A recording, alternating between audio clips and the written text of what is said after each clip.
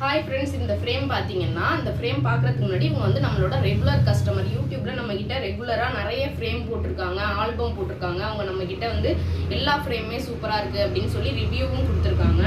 இந்த ஃப்ரேம் பார்த்தீங்கன்னா இப்போ 12:8 சைஸில் உங்களுக்கு பண்ணியிருக்கோம். இது வந்து அவங்க ஒரு நார்மலாக ஒரு பைக் கிட்ட எடுத்திருந்த ஃபோட்டோ தான். அதை பார்த்தீங்கன்னா பேக்ரவுண்ட் மாற்றி ஒர்க் பண்ணியிருக்கோம். உங்களுக்கு பார்த்தீங்கன்னா டிஃப்ரெண்ட்டே தெரியாது, பேக்ரவுண்ட் இதில் மாற்றிருக்க மாதிரியே தெரியாது. இன்னொன்று என்ன கேட்டிருந்தாங்க அப்படின்னா, அவங்களுக்கு ஆனிவர்சரி வருது அப்படின்னு சொல்லி கிஃப்ட் பண்ணணும், அவங்க ஹஸ்பண்டுக்கு நாங்கள் கிஃப்ட் பண்ணணும்னு கேட்டிருந்தாங்க. அதனால ஹாப்பி ஆனிவர்சரி மை டார்லிங் அப்படின்னு போட்டு கேட்டிருந்தாங்க.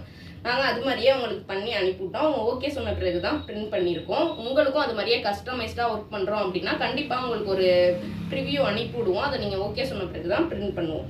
இதோட ஃப்ரேமோட சைஸ் பார்த்தீங்கன்னா 12:8 இருக்குது. சைடில் பார்த்தீங்கன்னா சிந்தட்டிக் ஃப்ரேம் போட்டிருக்கோம்.